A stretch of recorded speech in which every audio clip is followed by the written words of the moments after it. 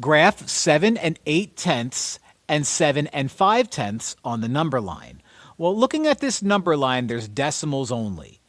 And I have between 7 and 0 tenths and 8 and 0 tenths. So 7.0 and 8.0, which means these numbers are going to fit somewhere in between these two numbers.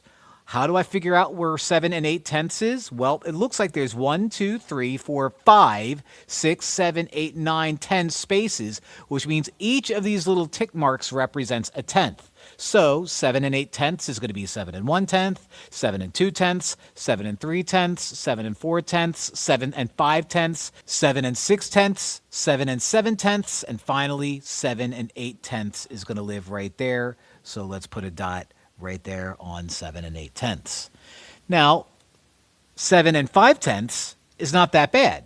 I'm just going to view it as its decimal form, 7 and 5 tenths, which they already have marked for us right there. So put the blue dot right there on 7 and 5 tenths.